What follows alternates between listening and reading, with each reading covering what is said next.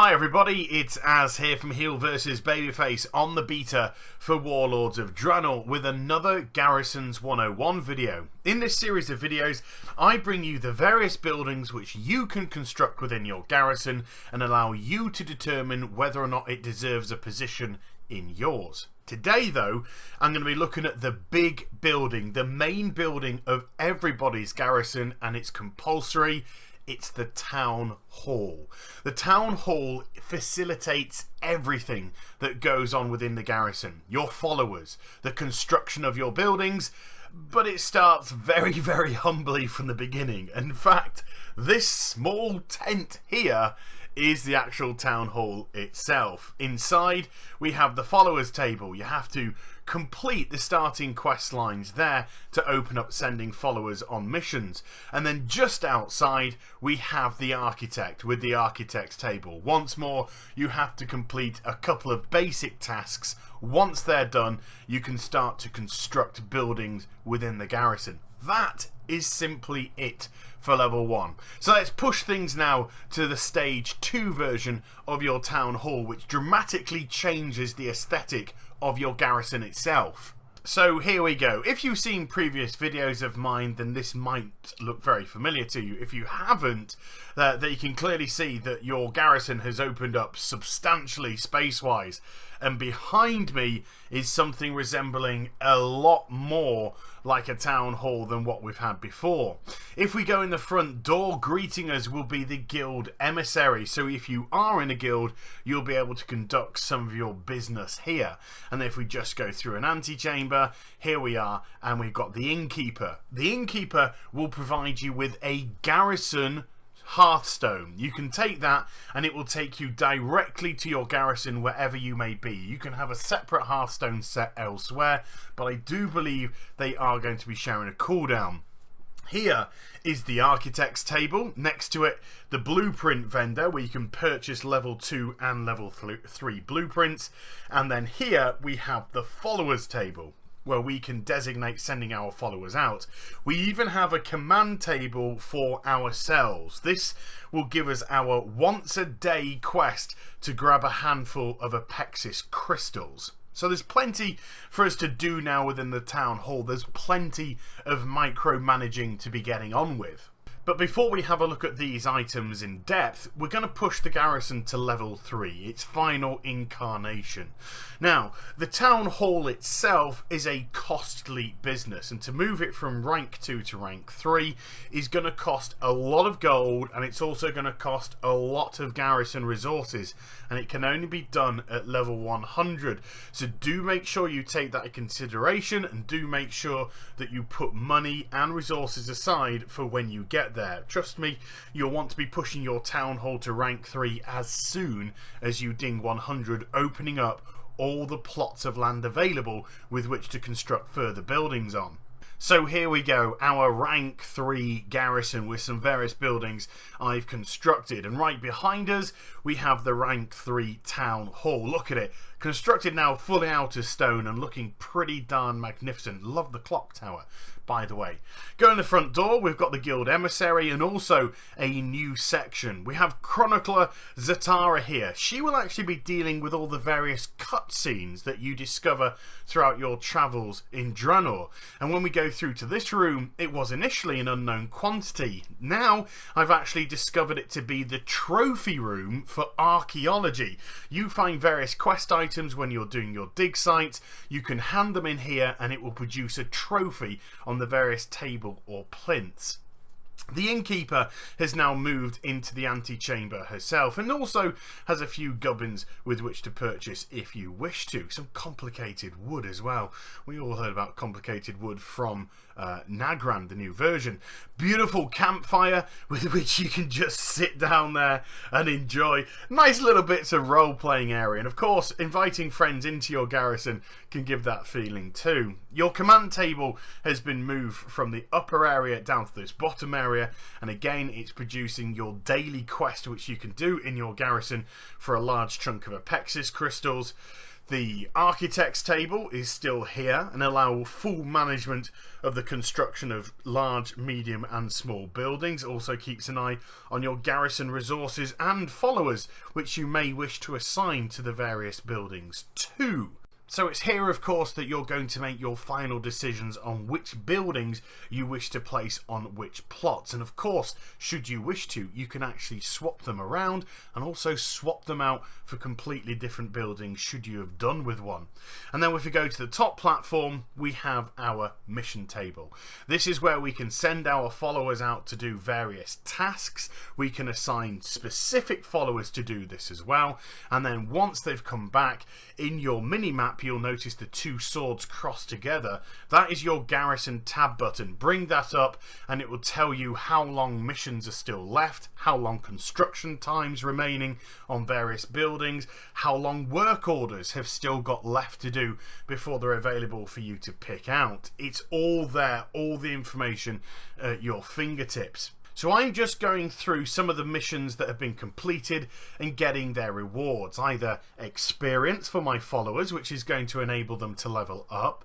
Some of them are bringing back garrison resources, which of course are always welcome because they're used in the construction of building and also sending followers out. And some big crates of salvage because I've got the salvage yard as one of the buildings in my garrison. Go watch my salvage yard building to see what that's useful for. On the left hand side you'll see the level of the mission. The level 100, 94, 93, 90. It'll also tell you how many followers are required, and you'll notice that the enemies have a certain buff. If you counter that buff, the likelihood is you're going to push your success rate chance to 100%. This follower here, it's a level 90 mission, it's level 100, so it's very powerful, but it also counters the boss's ability. Here again, another level 90 mission, and it has the massive strikes ability. If I grab one of my followers that can counter massive strikes against massive strikes equals 100% success rate chance. So it's always good to make sure, if you want to get a certain reward, to get up to 100%, therefore it's guaranteed. Sometimes though, you might necessarily not have the counter. For instance, if I just put one of my followers that doesn't have any of the counters at all, the success rate chance, although they're very high in level 100, only goes from 35% to 59%. Rollcan has a lone wolf buff, which makes them have a bigger success rate chance if they work alone, but they're not countering the boss's ability. So it goes from 35% to 75% chance. But if I pick out a follower that does have the counter again, it's an automatic 100%. So that's what you're really looking for. Counter those boss abilities. You can also twist it to your own advantage. Now here we go. Stonecleave here has Epic Mount, which reduces the time of a mission by 50%. So suddenly a 45-minute mission goes down to 22 minutes, but I haven't countered any of the boss abilities. If I scroll up to one of my more powerful followers, you notice Zirikak, yeah, easy rolls off the tongue, doesn't it? Has 2 of the abilities required. It will counter both the boss's abilities and also the beast type at the top corner. We'll get to that in a second. So again, it immediately goes to level 100% because both the boss's abilities have been countered. Now, I've got the magical debuff on this enemy here, but I haven't been able to counter it at all. Let's say all my lone wolves are out as well. Let's try and get a naturalist, somebody that operates better in a forest environment. So it goes from 30% to 75%, giving me a 3 in 4 chance of actually succeeding in that mission. So that's the way that you can utilize your followers to help. And there are some really cool funky rewards available should you get the item level of your followers really high. For instance, this High Mall raid is a 3 follower mission, but they all have to have 645 item level or above. If you put people lower than 645, they're not going to produce any percentage chance success rate for you. And the reward, a cache of High Mall treasures. So if I just manipulate the timeline for a couple of missions to have been completed, there we go, High Mall raid has now finished. Now, let's just have a look at these, because this one here is an 86% chance of succeeding, and it failed. It hit the 14% bracket.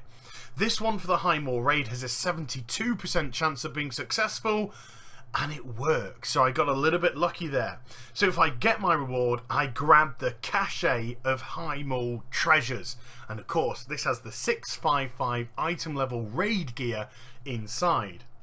Now, it will only go to the raid gear level of the level that you're raiding. So if I'm only doing normal raiding, it will only give me 655 normal. If I'm doing heroic raiding, I will have the chance to proc a heroic level piece of gear.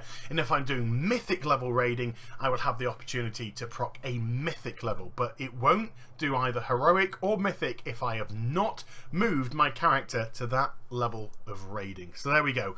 655 braces replacing the ones which I previously had. So let's take a look at the button in a little bit more detail on your minimap. This produces the Garrison Report. You can see how many missions you've got in progress, how many missions you've got available, how long the missions have got left until they're complete, who is on them, what the reward for them is, which buildings you have available to do work orders for, how many work orders you have on the go. There's even a followers tab as well, with which you can look at specific followers, have a look at their traits, have a look at their abilities, potentially plan to do very specific missions with them.